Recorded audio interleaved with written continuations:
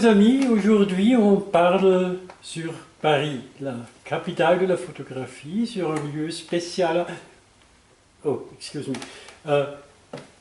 Today we have another interview with Hans Fleischner, and this time we are talking about Paris, the capital of photography, if one can say so, and about the long-time project Hans is realizing since when?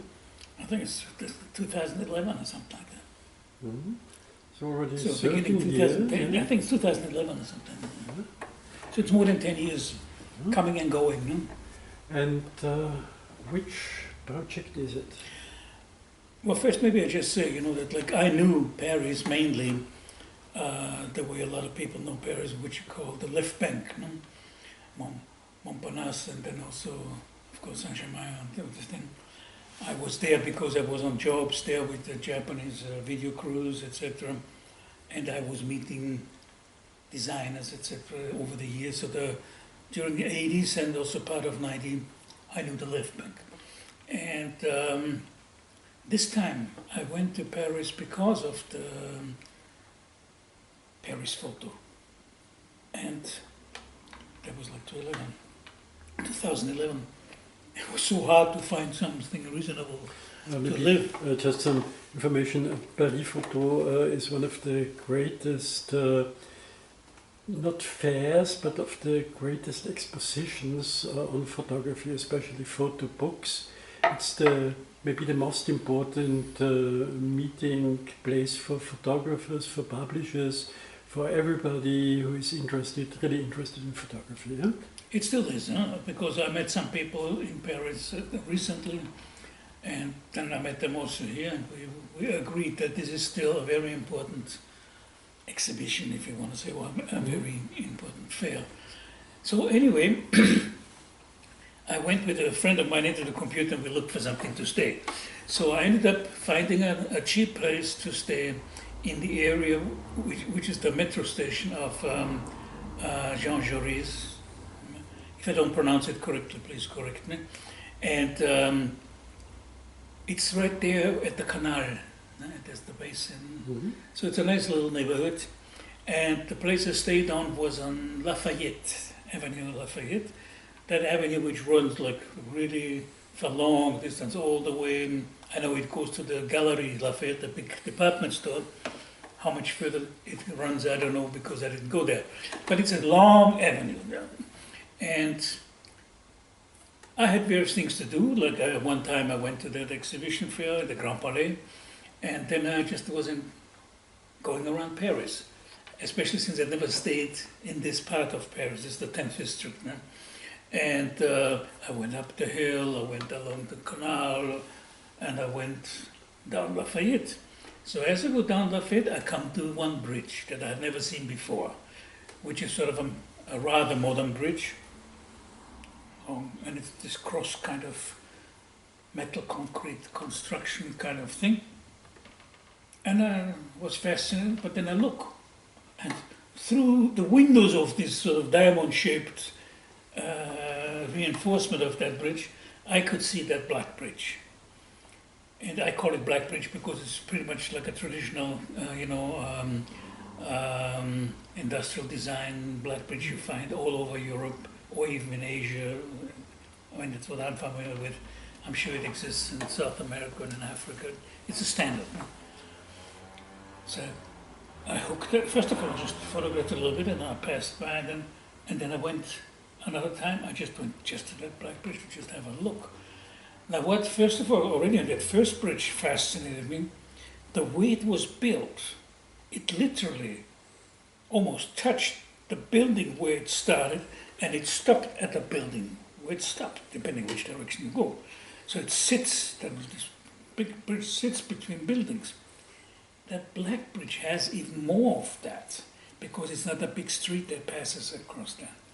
It's the aqueduct.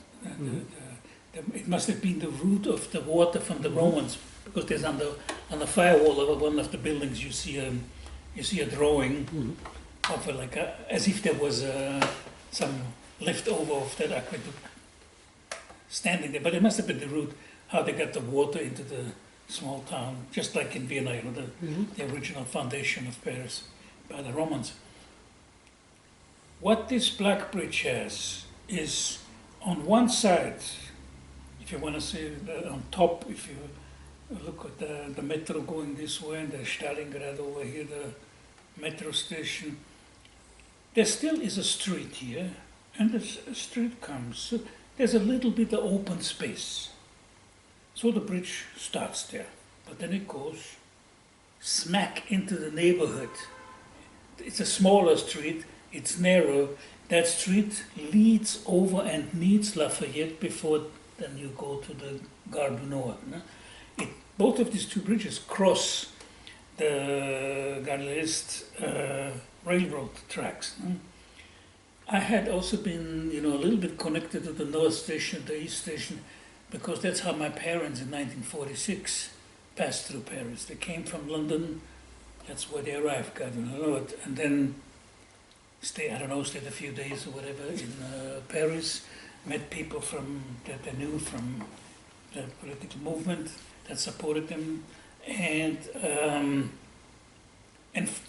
going to Vienna, they started the Ostbahnhof, or the Eastern Station, and went to Vienna. So these two train stations have a little bit of a family connection. But the main thing was I was fascinated how this bridge is literally like a sculpture sitting in the city. Because there's not that much space around. A lot of times you have bridges, there's so much space left and right, there's a plaza and all this kind of thing, or sometimes some circular traffic. So I started photographing it. And every time, these first few years, I was still staying in Jaugeries area. I would always go to that bridge. That became a focus.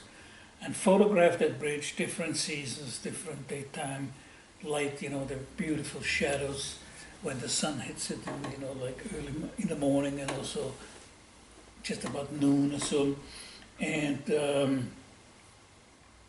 I was just, I tried to kind of, give it some, how can I say, some name. So I could say it was like a city sculpture. I mean, of course, it's a bridge, there's a road going over it, people go back and forth, bus goes over, etc. It's a function. But if I look at it photographically, visually, and the way I photographed it from all around, it's really a sculpture for me. And so slowly, it became also like a stage, because I also started photographing some objects on that bridge, like the red bag I photographed there, and some other objects that I'm recently photographed there. The bridge becomes like the background for this and becomes the stage. And while I photographed, especially in the evening, and also when it was raining, some French people would ask me, "What are you doing here?" So it's no secret, yeah. Everybody who follows this channel and who follows your webpage knows that there are already 4 books about this bridge on your issue account. And it is fascinating because such an amount of photographs from one special place, that's really something rare in the history of photography. And there's one striking element for me. These are the different perspectives which you take to make the pictures from this bridge. Could you tell something about your method? First of all, I can say, perspectives? First of all, I can say that I photographed it to start with very simple digital cameras. Not the professional camera, but like pocket kind of camera. Mm-hmm.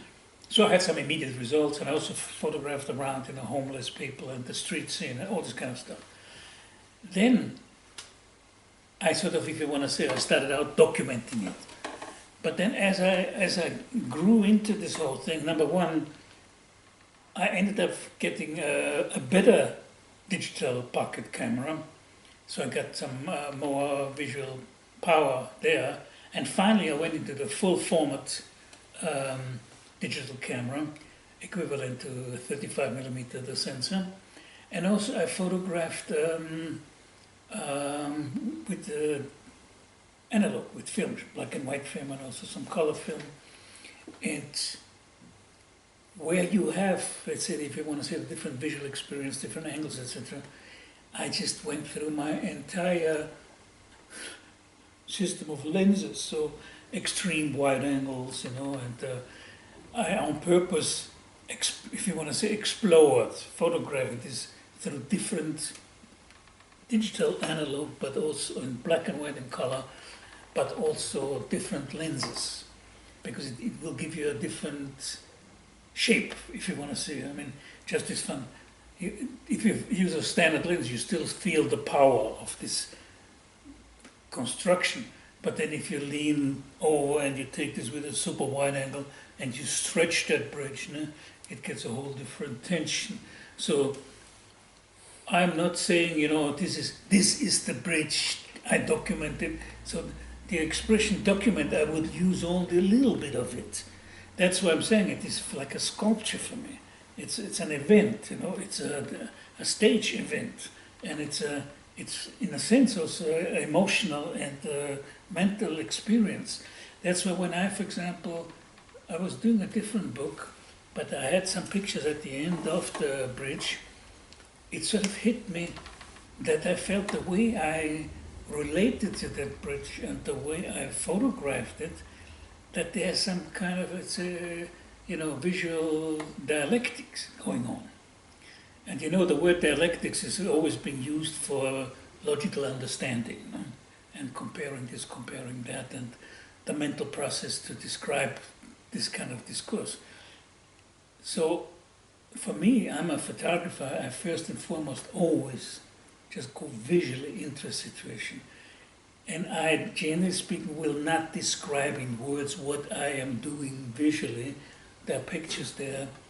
There are plenty of pictures. You see there's a kind of a dialogue going on. And very important, especially very interesting also with the flick books. There's two pictures always. And as you flick through it, there's always two pictures in front of you. What happens between the pictures is just like in a projection, traditional slide projector kind of thing, one image after another, but mentally these images flow together. Even the dark pause is interesting because how it goes out of your mind, the picture, and then out of the darkness comes the new picture. With the flicks book, you have also that experience through that movement of the digital movement of those pages. So I ended up on this expression also visual dialectics, and recently thinking of it, the way I look at this, I mean, this is huge, right? So here I'm a small person, this is huge. But in a sense, especially when I started photographing the bridge from the hotel, it's almost as if you kind of like a clay, you put a piece of clay on a table, a rotating table, and then you create a shape. So in a sense, I have this bridge in front of me. I can use all kinds of cameras from above photographing this. You're molding into something, like the different lights, and it becomes so much more than just a bridge. And that hotel, of course, is there all the time, but what I did, I went eventually to that hotel, and I said, I would need a single room, which is a good room to photograph this bridge. So the guy showed me this. Look, this angle, use this room. He says, because this room, you have to look over and so that room would be good. And this is the room on the 4th floor. And I went there twice, already recently. I went there twice, for each time for 3 days. I had a room somewhere else, but for 3 days I went to the hotel, went to this room on the 4th floor and photographed. And since I'm at the bridge, I don't have to come and go kind of thing. I would go out in the morning, I would go out in the evening. I could do a lot of different photography. So twice I was on the 4th floor. The last time I was in Paris was now in the spring, in April. I asked him the fourth floor, and suddenly the guy gives me, I wrote it down anyway, gives me a room, I think 321 or something. And I said, 321? I want the first. Where's the 321? Oh, it's a very nice quiet room. You look out in the back into the... No, I said, I want to look at the bridge.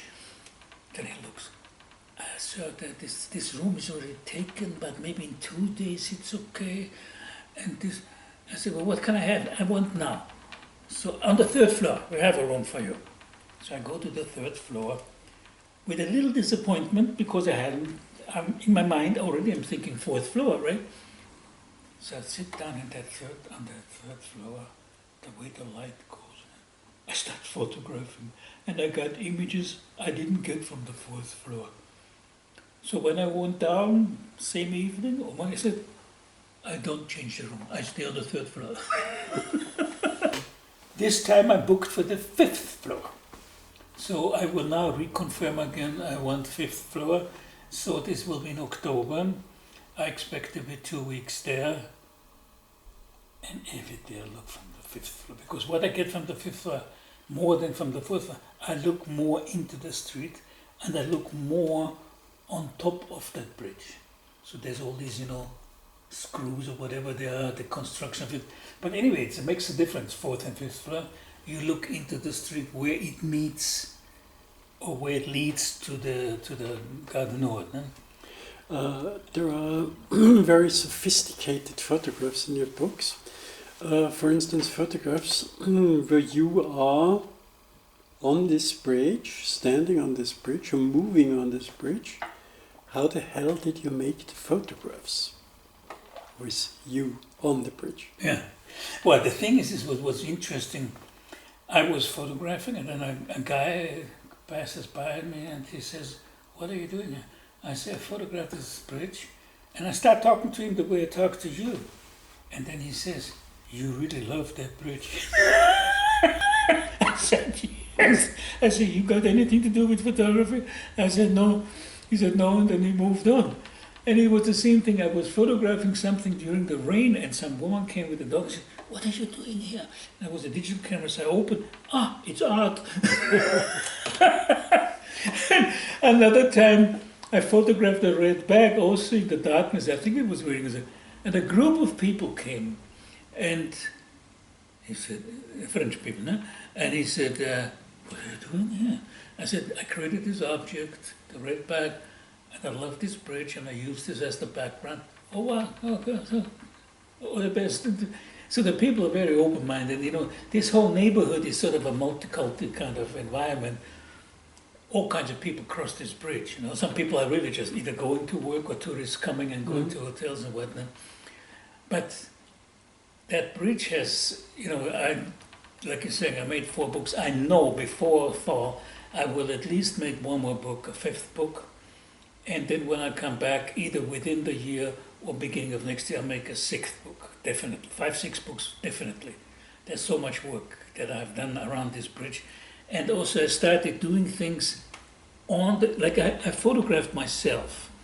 I put my camera with a timer into the window on a tripod with a zoom, and I said exactly that. And I went, I started it, and it goes every second, tut, tut, tut. So I go down, and I go into this area where they had focused on, and I do something with an object. So I'm kind of performing for the camera. No? That's a good point for digital photography, because with film you would have forget it. It's impossible. It's impossible. I mean, financially it's impossible. And the big, how much was it? The big, what you call it, cartridges, 250 films or something, cuts. No? So with digital you can work differently.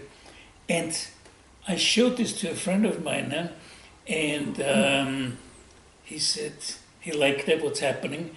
And because it's digital and it's a 30 million pixel camera, I can still even take a close-up from that, because it's an individual picture. It's not because I also made a film running it for about half an hour. but there's not that much happening. I mean, it's nice, the atmosphere, so I can use some elements and mix it with still images. But having every second, it's interesting how much you get. That's maybe even if a photographer stands up that does it, won't get many more different pictures, because every second a picture is a lot of pictures. And so then this friend of mine asked me, he says, what's the longest lens you have?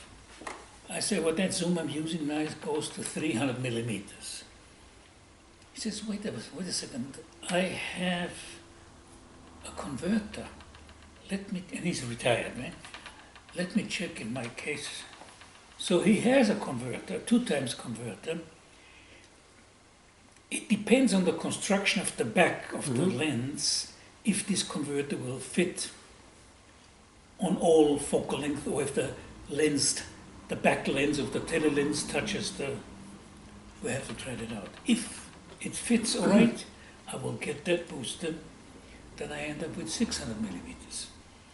And I would repeat, not this trip, maybe next trip, tripod, because I can have a small area, and I'm bigger in that in that frame. No?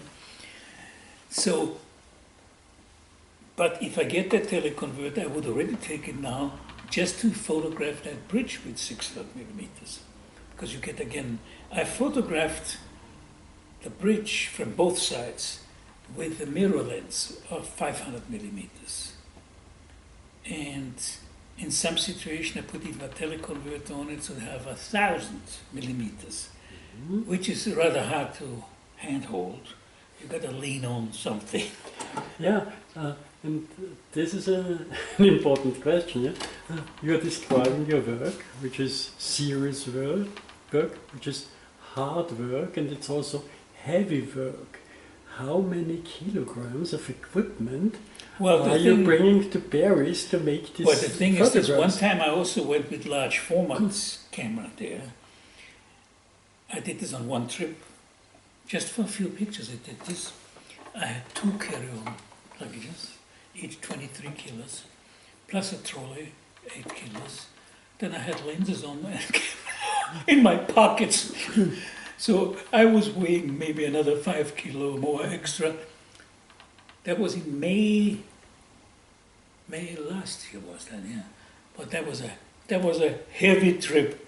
Yeah. I literally lost weight because sweating going there and sweating coming back. I mean, going there, my friend picked me up from at home and took me to the airport. But then I have to drag these things up into my room. There was no elevator.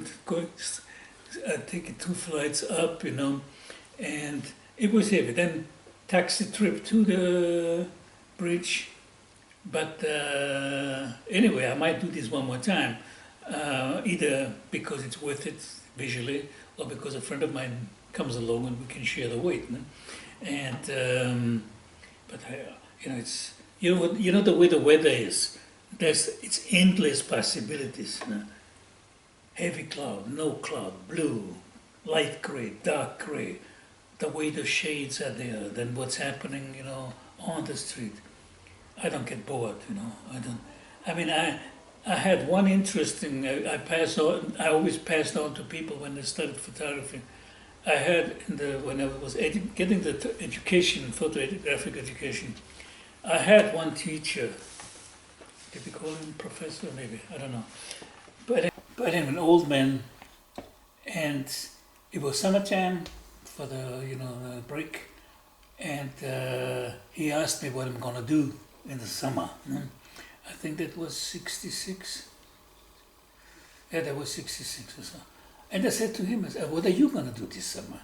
He says, I will go with my wife and my son to the same area in Austria where we always go hiking, enjoy hiking. And I want to go to one spot to photograph the scene, the landscape. Last year the weather was not good, so I did not photograph it. So I said, what will you do if this year also the weather is not good? Then he says, I'll go back there next year. So it's a funny thing that he just showed me his commitment to this one particular thing. And when I lived in Japan, this is quite common among Japanese photography, that you can say almost a lifetime they'll photograph the same stuff. Fujiyama is one of these things. There are several photographers whose life work centers around that mountain. Sometimes it's amateurs, but also professionals will do that. And they become well known for that. And I remember one, he was a magnum photographer, he did that, and he even was flying around it. And then there was another photographer younger than him. He kind of took a critical position. He photographed around Fujiyama, but he showed what's happening in the foreground of the mountain. Nice houses, poor houses, dirty, clean, all kinds of things. Forever, I don't know, some people, that's why, for example, you take the red bag, I'm photographing this, I started out in 1998, so this is now 26 years. I don't get bored photographing that. But there's a certain mental attitude to that, and some people don't understand this. I had this... I think that's something photographers will understand it, the others will say you're crazy. Yeah?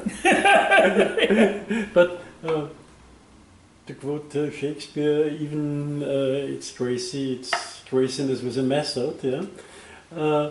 We are nearly coming to the end of this installment. You said there will be at least 2 more books. Would you mind if someone say it's in fact the graphical biography of this bridge, what you're working on? Maybe this can be like an afterword, no? Maybe the last book or something like that. No? I mean, either it's in the internet or I can go to the town hall that is not far from there. I mean, you know the 10th district a little bit? You know the garden, no? And there's a street going down into downtown, if you want to see Paris. And on the left side there's a city hall.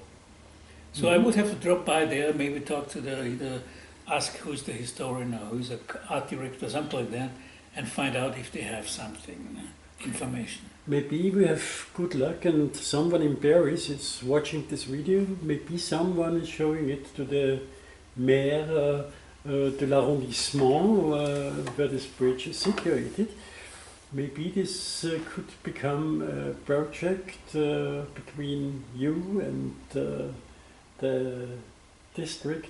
Well, I was thinking one thing, that I was going to go to the city hall and see first of all, I can look in the internet if there's an English-speaking, department or something where they have a translation.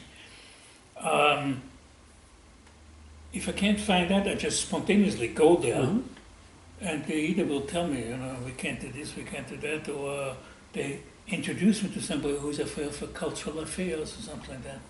And maybe there could be then a link, because then I can tell them, give them my name card and say, look, you will see 5 books that I did around this bridge, and I was wondering if you have an interest, blah, blah, blah, blah, blah.